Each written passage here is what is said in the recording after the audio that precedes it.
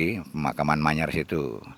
Itu gurunya guru saya ya, daerah Manyar sini. Itu pengalamannya. Nah, juru kuncinya yang dari setelah Mbak Yakib, juru kuncinya dari Dinas Purbakala adalah Haji Hasim. Haji Hasim adalah juru kunci yang ditunjuk PNS, yang ditunjuk PNS Dinas Purbakala yang ditunjuk menjadi juru kunci. Dan sempat menjadi murid saya ajarkan masalah dunia gaib, cara interaksi dengan alam gaib. Ya, dan saya tunjukkan bahwa kamu adalah penguasa di tempat ini, di makam ini, karena kamu adalah juru kunci. Jadi kamu harus pede dan sebagainya. Tapi rupanya dia terlalu pede. Ya, akhirnya suatu ketika sembrono dia nebang pohon yang paling keramat, paling gede, paling keramat di kubur panjang ini. Ya, tebang, dibakar. Aduh, batin saya sudah sangat kuat. Tamat riwayat orang ini, juru kunci ini. Ya, betul. Gak lama beliau kena serangan jantung dan wafat. Ya. Kemudian sekarang diteruskan oleh istrinya. Ya, istrinya mungkin terus karena Dinas Purbakala, kasihan mungkin akhirnya istrinya diangkat juga jadi PNS Dinas Purbakala dan diangkat menjadi juru kunci. Sekarang jadi juru kuncinya kubur panjang ya. Yang tentu sangat akrab sama saya ya. Sudah seperti keluarga ya sama saya ya. Ya, saya memeluk juga sebagai rasa hormat, rasa sayang juga, seperti tidak terhadap orang lain, seperti pada ya ibu sendiri atau sahabat sendiri ya gitu. Jadi ya memang rumah saya 10 meter 5 meter dari pagar sini ya, dan masih wingit-wingitnya saya bertempat di sini, tempatnya masih wingit-wingitnya ya. Orang kampung Kuti pun tadi barusan saya tanya, ingat saya dulu sebelum saya di sini Pak, sampai-sampai nggak ada yang berani lewat sini kan. Iya tenan, nggak ada yang berani. Kalau ada pun berani itu lari atau pancal sepeda ngebut ya. Kenapa? Karena di tempat sini orang-orang yang nggak benar-benar tauhid, nggak benar-benar bersih. Oh, ada aja halangannya lewat sini ya. Bisa ada macan sebesar sapi, bisa ada kayak gorila, bisa ada ular yang nyebrang jalanan nggak habis-habis, besar panjang. Itu yang ceritakan saya adalah Gus Mas, sekarang yang tertua di Langgarwetan, yang cerita pada saya.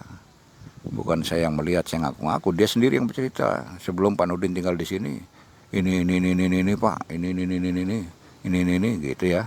Nah, orangnya masih hidup lah di Langgarwetan tuh Gus Mas, artinya yang tertua, Gus yang tertua ya, di Langgarwetan atau Pondok Pesantren Langgarwetan ya. Gus Dur saja sering ke sini ke Langgarwetan ini ya. Kalau di sini acara hall itu Gus Dur dulu selalu datang ya, pasti hadir Gus Dur ya. Itu aja gambarannya. Termasuk Langgarwetan pendirinya termasuk salah satu gurunya Gus Dur lah ya. Gus Dur adalah termasuk muridnya ya, gitu ya. Ya garisnya ya larinya ya ke Mbah Sahlan juga lah ya, Manyar. Nah, muridnya Mbah Sahlan itu ya Mbah Toyib Desa Semengko, Gresik juga, yaitu guru saya, guru laduni saya ya. Guru laduni saya sudah almarhum semua ya. Sudah lama almarhum semua ya, umurnya saya rata-rata 100 lah. Rata-rata 100 atau 100 ke atas para ahli tauhid ya, beliau-beliau itu. Kenapa? Kerjaannya puasa terus ya. Ciri-ciri khasnya kiai-kiai guru-guru saya itu kurus ya. Karena ahli puasa semua, ahli tirakat semua sampai mati ya. Dan kalau sakit tidak kenal dokter, tidak kenal rumah sakit ya. Tidak kenal rumah sakit, sampai mati tidak kenal rumah sakit. Ya, itu guru-guru saya, guru-guru marifat, guru-guru laduni saya ya. Ada guru saya juga yang di Sidayu, Gresik ya, tinggal di Surabaya, itu juga guru laduni saya ya. Itu murid-muridnya tempat saya itu yang guru Sidayu Gresik itu rata-rata itu menjalani tirakat gila ya. Tirakat gila, telanjang bulat dan berkelana dalam keadaan telanjang bulat, dan makannya taiknya sendiri, minumnya kencingnya sendiri, nggak mati ya. Ada yang sampai 25 tahun jalani gendeng, telanjang bulat, makan taiknya sendiri, nggak mati. Itu tempat saya ya, salah satu padepokan saya yang gurunya orangnya asli Gresik Sidayu ya, Sidayu Gresik. Jawa Timur, Indonesia. Ya, di sini tempatnya. Ya. Kemudian kalau yang Desa Semengko adalah Abah Toib, ya itu termasuk guru laduni saya juga. Guru laduni saya juga ya. Beliau itu. Ya masih sangat banyak cerita kewaliannya lah ya. Tentang Abah Toib, ya. Tentang guru saya yang Sidayu Gresik, ya. Kisah-kisah kewalian, kekaromahan, kekeramatannya masih sangat banyak lah. Tidak akan saya bahas di sini ya. Dibahas secara pribadi boleh lah. Secara pribadi empat mata, ketemu empat mata, tidak lewat media sosial ya, nggak sopan. Yang ingin tahu asli kekeramatannya, kekaromahannya dari Makam Panjang juga silahkan tanya saya. Ya, saya bukan mengikuti kisah sejarah soalnya, saya mengikuti mukasafah saya. Mukasafah, goibiyah saya, ilmu mukasafah, goibiyah saya, ilmu mukasafah, rububiyah saya. Saya tidak mengikuti kisah sejarah atau buku-buku atau dongeng-dongeng dari manusia, ya. Tapi saya tembus sendiri, saya cek sendiri, ya.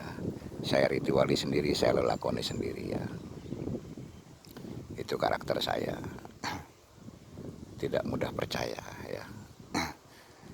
Ini adalah saya bersaksi bahwa tempat ini adalah makam yang paling keramat, paling suci ya. Dan tempatnya wali tertua di sini ya. Jarak dengan Wali Songo jauh sekali. Sangat jauh dengan Wali Songo jaraknya. Sangat jauh ya. Jaraknya daripada wali-wali yang ada di tempat sini di Kubur Panjang ini ya, sangat jauh. Ratusan tahun jangan-jangan ya, lebih mungkin. Atau berapa, salah-salah 500 tahun mungkin. Soalnya masih zamannya Majapahit masih normal ya. Sampai mulai Majapahit goncang, lalu muncul Wali Songo, lalu sampai Majapahit mengalami istilahnya bukan kekalahan ya, mengalah ya, mengalah karena rajanya Brawijaya tidak mau perang lagi. Karena anak-anaknya sudah pada jadi mantunya para Wali Songo, sehingga tidak mau berperang dengan mantu-mantu ya, dengan para mantu. Sehingga sang raja milih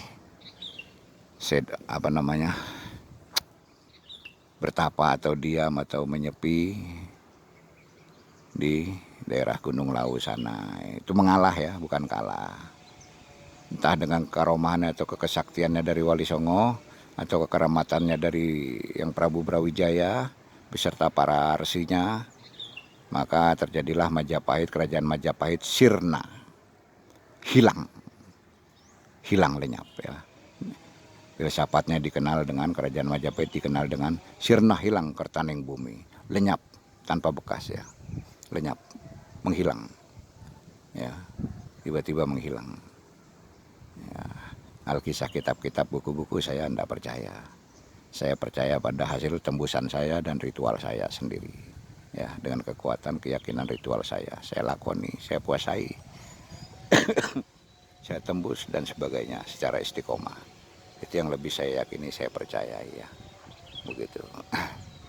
Jadi itulah sementara kisah pengalaman saya tentang Kubur Panjang. Bila ada yang ingin tanya-tanya ya tentang kewalian Kubur Panjang atau penghuni alam gaib, dunia lain dari Kubur Panjang, silahkan langsung empat mata kepada saya ya. Begitu ya. Terima kasih dan mohon maaf atas segala kekilapan. Karena segalanya semuanya adalah Tuhan yang menggerakkan. Manusia hanyalah wayang yang tidak bisa bergerak, bahkan tidak bisa berbicara, apalagi menyampaikan kebenaran walau satu kata. Selain itu adalah kemampuan dari Sang Dalang atau kemampuan dari Tuhan, Sang Pemilik Pencipta alam, pemilik semesta alam, pemilik kita semua, pemilik dan pemilik diri saya. Terima kasih, mohon maaf sebesar-besarnya. Semoga kita selalu dalam lindungannya, mendapat limpahan rahmatnya, hidayahnya, ditunjukkan jalan yang lurus, jalan yang paling benar, ya benarnya benar.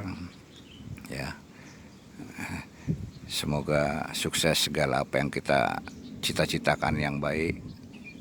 Sukses selalu dikawal, dilindungi oleh malaikat, para malaikat, dan Tuhan atau Allah Subhanahu wa taala dan mendapat syafaat dari utusan daripada Tuhan masing-masing sesuai agama masing-masing ya. Begitu saja. Salam Jaya Nusantara, rahayu, rahayu, rahayu.